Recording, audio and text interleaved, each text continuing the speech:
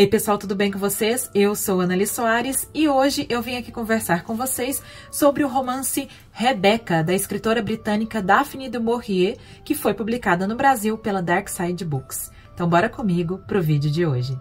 Bem, pessoal, então vamos lá conversar sobre este romance bastante intrigante da Daphne du Maurier, que foi trazida recentemente ao Brasil, nessa edição maravilhosa aqui, com a tradução da Regiane Winiarski, as ilustrações da Gabi Brandão. Também temos uma introdução muito interessante, assinada pela editora Nilsen Silva, que eu recomendo muitíssimo a leitura. A Dark Side Books entrou em contato comigo e me convidou, para ler e resenhar este livro para vocês. Eu fiquei muito empolgada, primeiro porque é um clássico da literatura mundial, bastante aclamado pela crítica e pelo público, não só na Inglaterra, que é o país de origem da autora, mas também em todo o mundo, cercado de uma polêmica, que eu vou falar um pouquinho sobre ela mais pro final do vídeo. Então, se você quiser saber, acompanhe a resenha. Eu espero vocês lá no final pra gente conversar um pouco sobre isso. Não menos importante, porque ele é um livro com adaptação ao cinema, na verdade, duas adaptações, mas a mais importante delas, aquela de 1940, do Alfred Hitchcock. Vejam que tem muita coisa interessante pra gente conversar hoje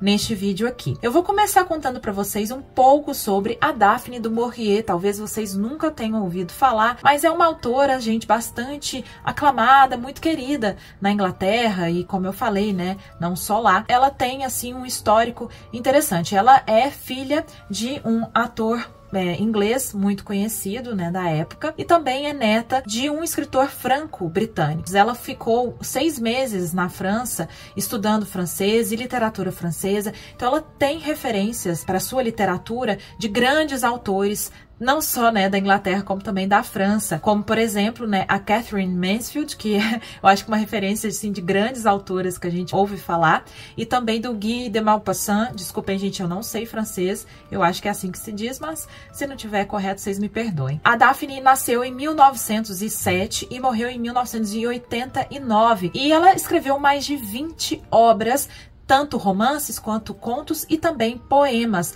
Na verdade, quando criança e adolescente, ela começou a escrever com poesia e contos e depois, foi agregando outros gêneros aí para sua obra aclamada, foi adaptada. Outros 2 filmes da filmografia do Hitchcock também são da Daphne, Os Pássaros e Jamaica Inn. Eu acho que são os 2 que ele adaptou, além de Rebecca. Bom, uma coisa interessante que eu vi da sua biografia é que ela começou, a publicar na década de 30, ali no comecinho da década de 30. O seu primeiro romance já foi bastante aclamado, e este aqui, que talvez seja, a sua obra mais conhecida, mais vendida em todo o mundo, foi publicada em 1938. O curioso também, gente, é que é um romance, com um romance gótico, um thriller psicológico. Eu vou também falar um pouquinho sobre essa questão do gênero aqui da literatura dela, mas a Daphne du Maurier, ela escreveu vários livros, principalmente nos seus primeiros anos, de escrita,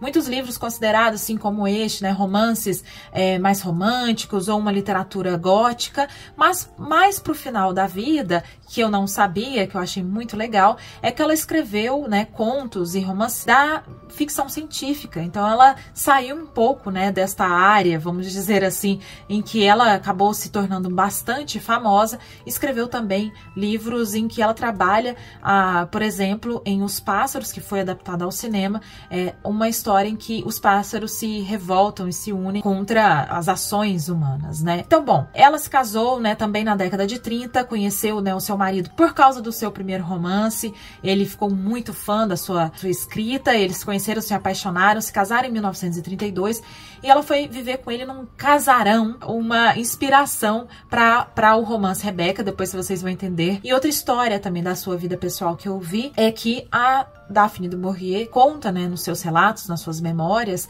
que o pai dela desejava muito ter um filho homem, ter um garoto. E ela era uma menina muito, o que a gente chama hoje, de tomboy, uma menina que gostava de, entre aspas, fazer coisas de menino, que se divertia à maneira, mais, entre aspas, masculina, e que, portanto, ela concluía que ela deveria ter nascido homem.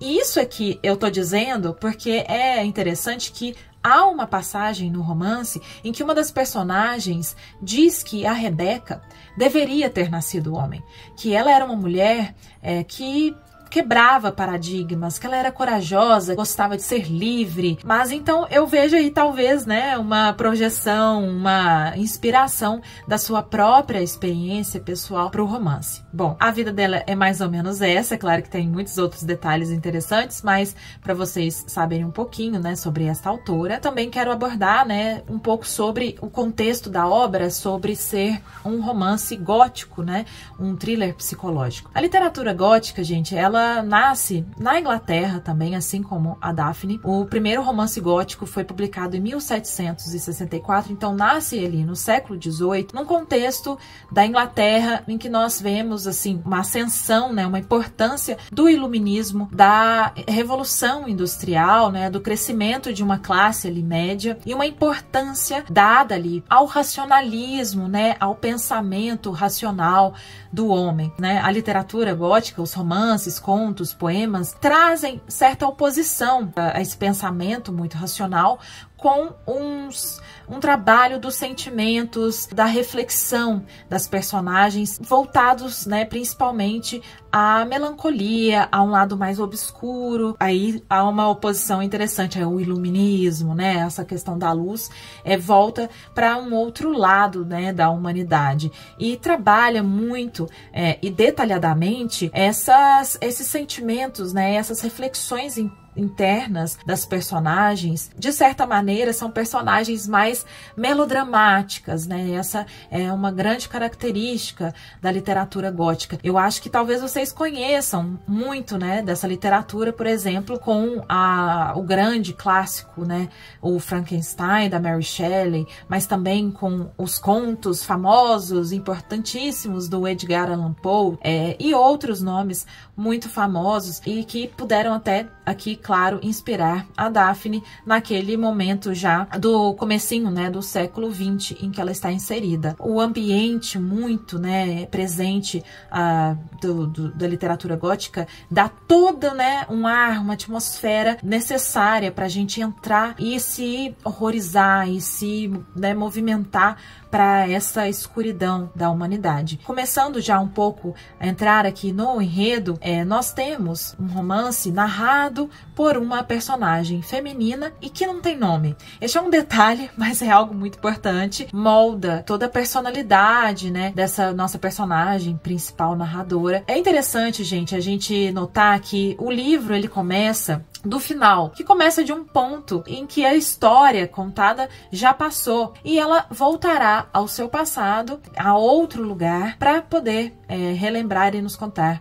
essa história. Então, o primeiro trecho desse romance, a primeira frase, vou ler para vocês, ela é bastante famosa, inclusive. Ontem à noite, sonhei que tinha ido a Manderley novamente. Fiquei junto ao portão de ferro que levava ao caminho de entrada e por um instante não conseguia avançar, pois a passagem estava cerrada. E neste primeiro capítulo ela descreve todo este ambiente em que nós vamos adentrando junto a ela no sonho e ou na memória da personagem, e não só, né, neste lugar, neste portão que nós atravessamos, nesse jardim, neste casarão que agora é só um projeto, um esqueleto, uma ruína, né, de casa, mas também vamos entrando para o passado, vamos caminhando para este passado. Então essa personagem sem nome, gente, que a gente sabe que está já mais velha e tudo mais, ela volta ao seu passado de quando ela era uma jovem de 20 anos por aí, imagino. Era uma dama de companhia, assim chamada, de uma senhora muito rica, né, da sociedade ali britânica, mas uma senhora um tanto inconveniente. E durante essa viagem que elas fazem juntas, elas estão no Hotel Monte Carlo, né? Na verdade, elas estão num hotel em Monte Carlo, e a patroa dela comenta que, né, está passando ali, ela vê passar no hotel o senhor de Winter. Este viúvo muito jovem, que é um tanto misterioso, né? Ele é um homem sério. Ela diz que ele deve estar sofrendo muito, porque ele perdeu recentemente a sua esposa a Rebecca de Winter, né? Portanto, o nome aí do romance. Tem ali uma cena muito curiosa, né? Muito constrangedora, na verdade, não é curiosa, de um chá que eles tomam juntos, os três, em que a gente vê, né, primeiramente o interesse, né, ou pelo menos a aproximação do Sr. de Winter com a nossa personagem narradora. Então, a patroa fica acamada e ela passará alguns dias com este homem que a leva para passear, né, mostrar ali um ambiente. Em diversos momentos, nós percebemos que este é um homem tanto estranho, né, gente? Assim, alerta, tocou ali algumas vezes, mas ela acaba se interessando, se apaixonando por ele. Ele é um homem muito mais velho do que ela, né? Então ela tem lá seus 21, 20 e poucos anos, ele já tem seus 40, né? Ele é um viúvo e ela descobre que ele é o dono de Manderley, né? Essa famosa, então, casa, esse palacete, muito famoso, que ela viu pela primeira vez em um cartão postal que ela comprou quando ela era muito pequena ainda.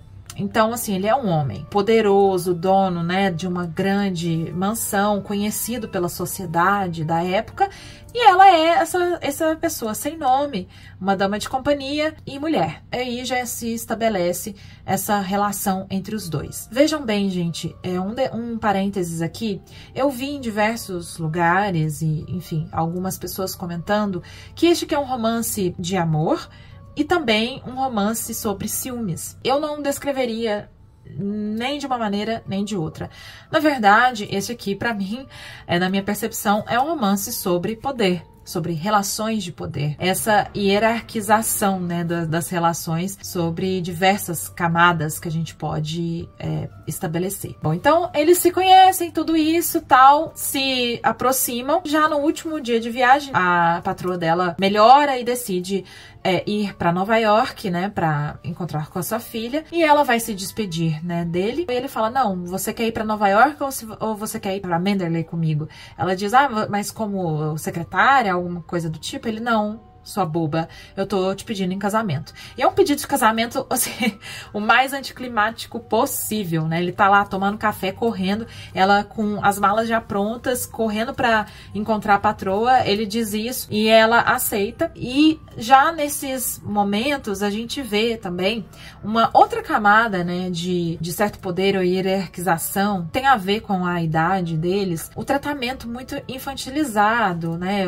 Às vezes eu nem gosto muito de usar essa palavra, mas trata ela como uma criança mesmo, e ela diz em diversos momentos da sua narrativa, e mesmo naquele momento, quanto ela gostaria de ser uma mulher mais velha. Bom, então eles se casam, né, de maneira muito espontânea, né, algumas pessoas podem achar românticas, outras podem achar muito corrido. Ela percebe assim que ele nunca falou sobre felicidade ou nunca disse estar apaixonado. Em diversos momentos duvida, né? Ela não tem essa ideia, essa sensação do amor dele. É mais algo que ela enxerga como algo cômodo pra ele. A patroa dela na despedida, né, delas, fala assim: ah, você tá achando que ele tá apaixonado? Não fica com essa ilusão, não. Ele só quer alguém pra morar com ele naquele casarão lá que ele não suporta mais. E essa ideia, ela introjeta, né? Claro, pela sua falta de autoestima, pela sua insegurança, por ser uma pessoa que vem de uma origem, né, totalmente diferente, por ser jovem, por ser mulher, tudo isso, né,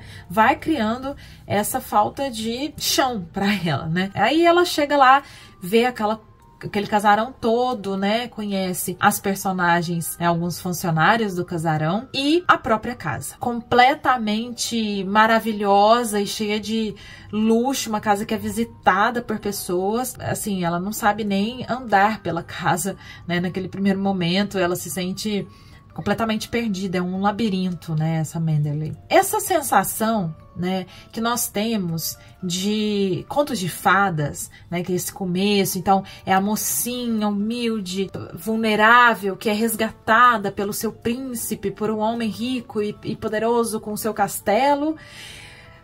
Só que não.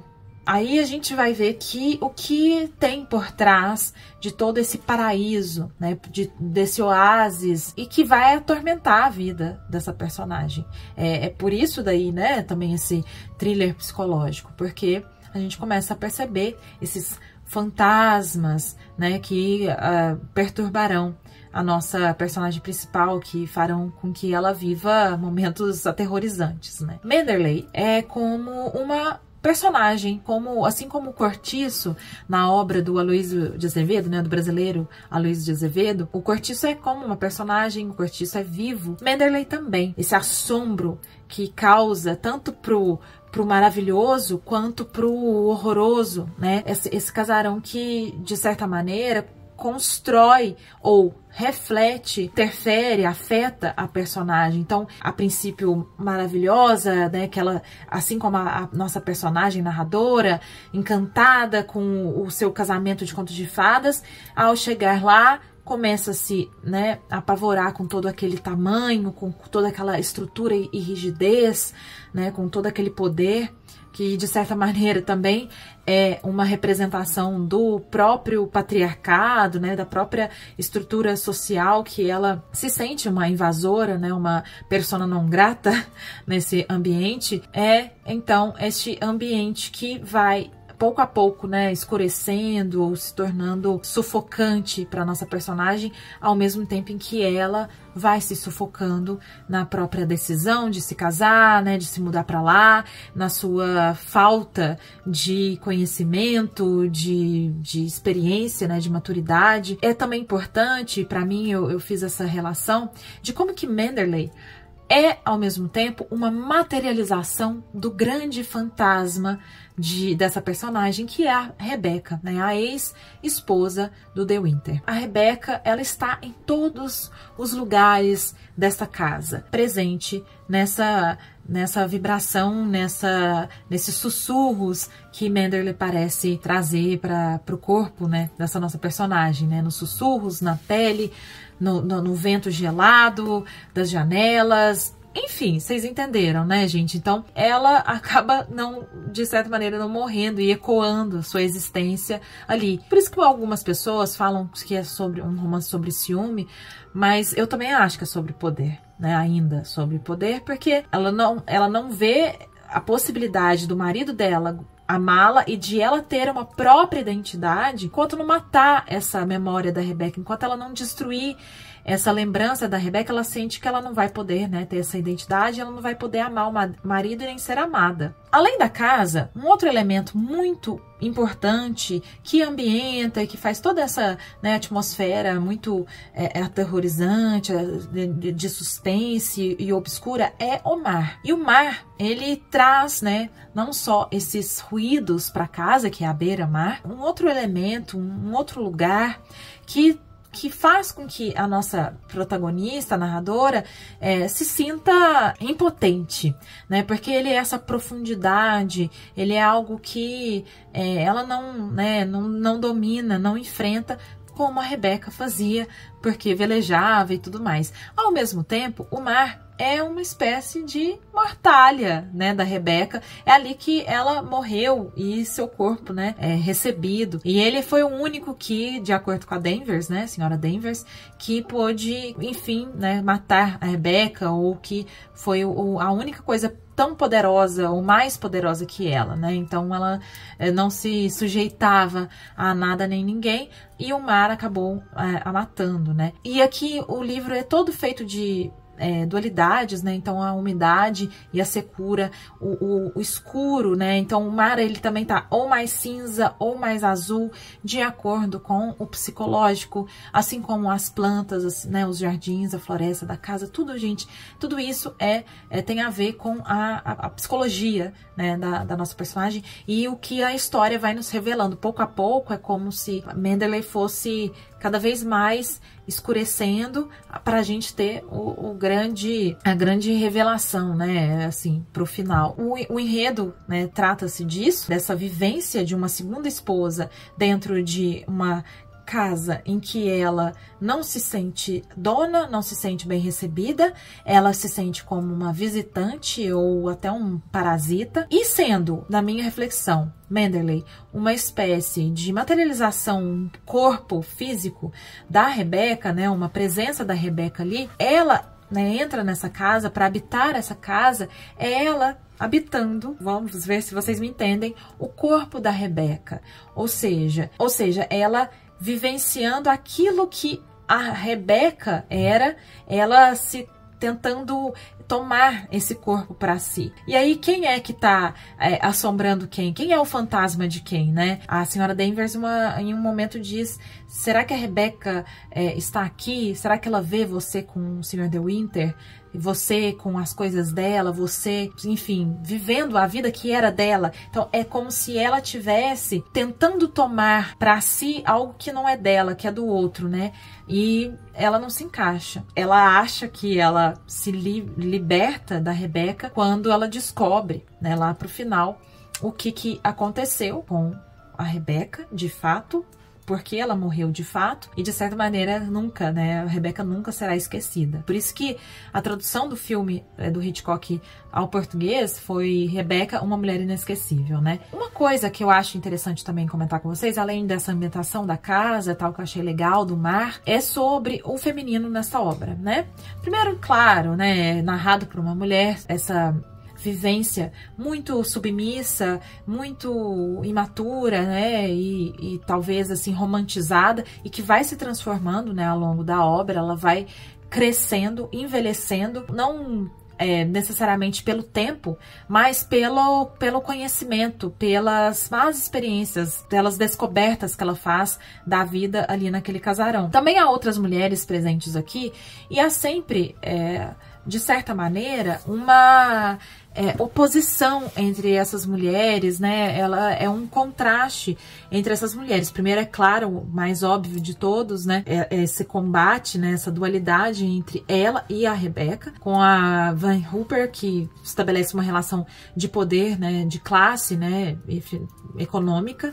Mas também entre ela e a senhora Danvers, que é também essa memória viva da Rebeca, essa pessoa que não deixa, né, a Rebeca morrer também, que mantém o quarto da Rebeca como estava, e fala muito sobre ela, né? Uma pessoa que estava lá por causa da Rebeca. De certa maneira, até entre ela e a Beatrice, que é a irmã do Maxine, né? O marido dela. Eu acho que eu só chamei ele até agora de Sr. De Winter. E que é uma mulher mais velha e tal, né? E mais experiente do que a nossa personagem, que traz uma percepção do próprio irmão que, a princípio, ela não entende, né? A Beatriz fala: ele tem um temperamento difícil, ele fica muito nervoso, e ela fala que não enxerga ele desse jeito, mas depois, é óbvio, ela vai entendendo. A única relação aqui de identificação, ou de amizade, ou de um afeto assim mais positivo das personagens, mas que também é descrito de uma maneira até um tanto patológica, é da senhora Danvers com a Rebeca, né? Então é um pouco exagerado, né, essa devoção a ela. E que eu vejo também uma imagem que pensei, que eu acho que é interessante,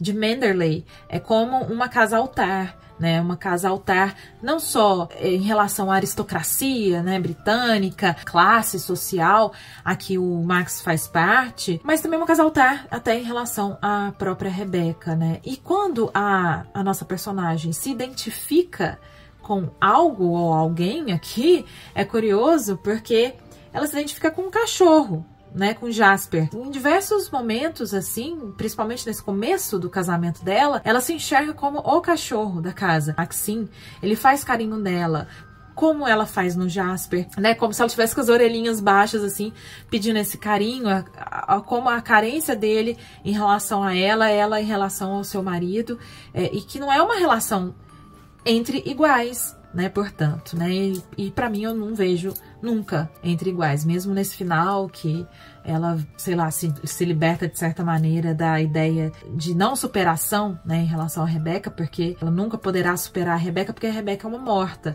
Ela crê que se fosse uma mulher viva, que ela ia lá e ia enfrentar. É por isso que Rebeca aí me parece uma personagem tão interessante, porque ela se coloca como, né, igual a esses homens todos, outros, não só o Maxine, mas também aos outros personagens aqui, e ela é muito livre, né? Gente, agora vou entrar um pouquinho com algumas questões que podem ser spoiler, tá? Então, se você não quer spoiler, pula mais pro fim ou fique até aqui. Mas preciso dizer um pouco sobre o final, né? Pra finalizar aqui a minha reflexão longuíssima. No final das contas, a gente descobre que, na verdade, o Maxim não amava a Rebecca, que eles tinham uma relação bastante conflituosa, que era um casamento de fachada, que ele descobriu verdades sobre ela que repugnaram ele, que ela era uma mulher odiosa, diabólica, perversa, depravada, com relações inúmeras com outros homens, incluindo o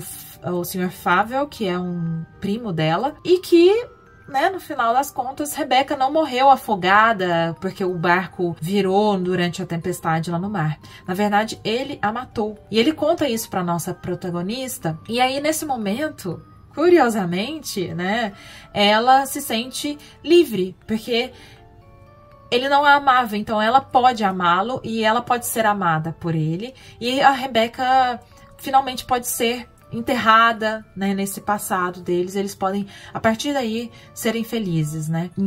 Enfim, ou seja, a Rebecca, né, de certa maneira, mereceu, ou ela buscou, né, esse destino dela, mas chamou atenção pro fato de ela não se conectar com a ideia de estar com um homem assassino, né, e sim de estar finalmente livre desse passado.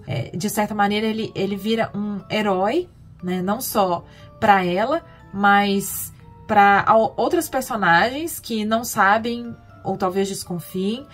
E só é possível, né, gente, que ele tenha matado a sua esposa e continue, né, sendo um homem da sociedade, porque, né, é um homem e ele tem dinheiro e por causa dessas relações de poder ele consegue se manter. Fingem não saber porque tem essa relação de ele ser um homem poderoso e tudo mais, né? Enfim, isso é só eu falando, tá, gente? Não tá...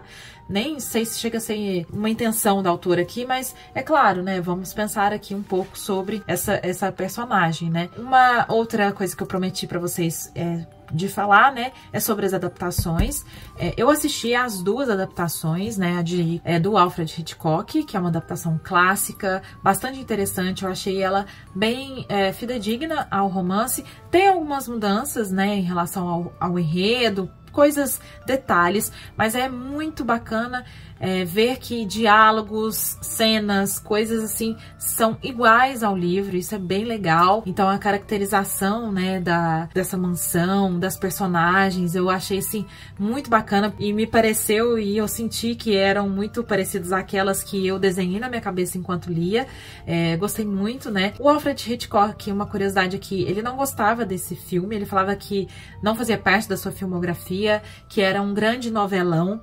E de fato, né, gente, é um novelão mesmo.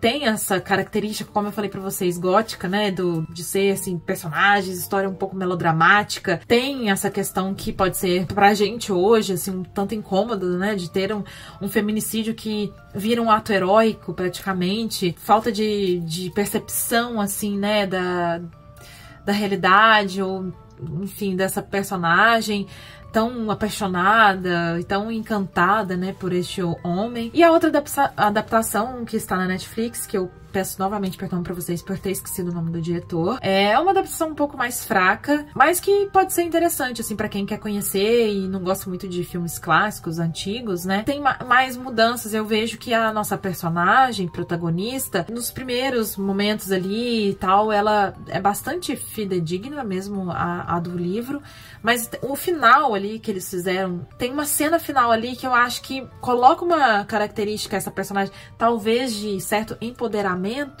mas que não sei se eu acho que faz sentido dentro do romance, sabe? Mas tudo bem, é uma adaptação, né? Pra quem gosta de ler e assistir adaptações, né? Por fim, gente, eu vou terminar essa resenha, que ficou muito longa, falando um pouco sobre a polêmica que eu destaquei lá no começo do vídeo. Eu não vou falar muito sobre ela, mas se você me acompanha aqui e assistiu a resenha que eu fiz do romance A Sucessora, da Carolina Nabuco, uma escritora brasileira, né, que foi publicada pela Editora Instante, você saberá que polêmica é essa. Eu convido também vocês a assistirem a essa resenha e entenderem mais sobre a polêmica que eu explico lá nesta resenha. Inclusive aqui na introdução muito interessante da Nilce Silva, ela cita esta polêmica, tá, gente? É o seguinte: este livro da Daphne du Maurier, Rebecca, ele saiu em 1938, como eu falei para vocês. Já o livro da Carolina Nabuco, ele é anterior. E o argumento do livro, né, é igual. Ou seja, na sucessora nós temos uma mulher, a Marina, que é assombrada pelo fantasma da ex-esposa do seu marido, que é a Alice, e vive numa casa, um palacete no Rio de Janeiro, e enfim, com todos esses fantasmas, entenderam? Então é o mesmo argumento.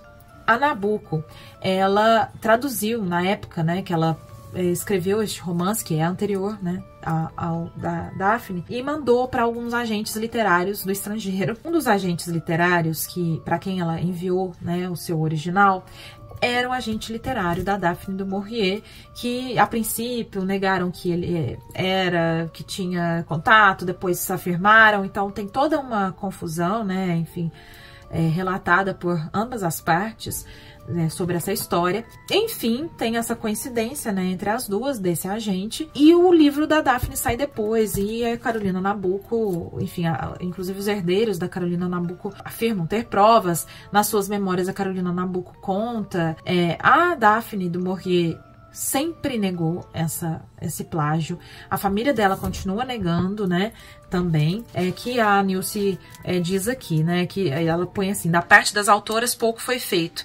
Daphne nunca admitiu o plágio e Carolina, por mais consternada que estivesse, não tomou medidas judiciais. Bom, eu fiz resenha do romance Sucessora também, né, assim como agora faço de Rebecca. Eu acho, gente, que as duas leituras são maravilhosas, são incríveis. Convido vocês, né, a lerem ambas as obras e aí tomarem as suas próprias conclusões. Eu não vou chegar aqui a nenhuma dessa conclusão. Eu acho que realmente o argumento é o mesmo, mas tem muitas diferenças entre né, as duas obras.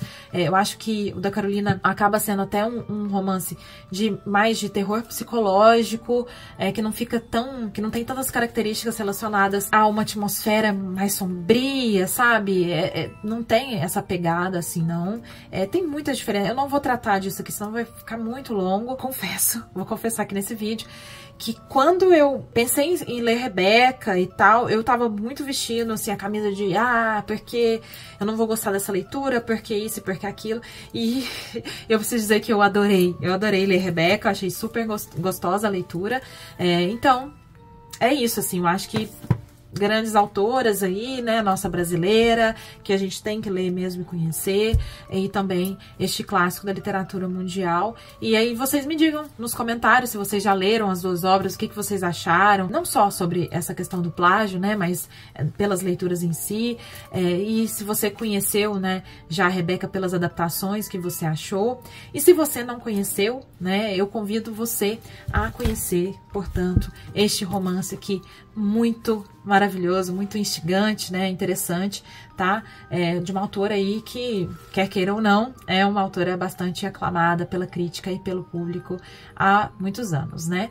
Então é isso, gente, eu espero que vocês tenham gostado da resenha. Se você gostou, por favor, não se esqueça de deixar o seu joinha, que é muito importante pra mim, e me conte ali nos comentários o que você achou da resenha, assim a gente conversa mais, que é o mais gostoso que tem aqui, não é? Então é isso, eu vejo vocês no próximo vídeo, um beijo grande e até!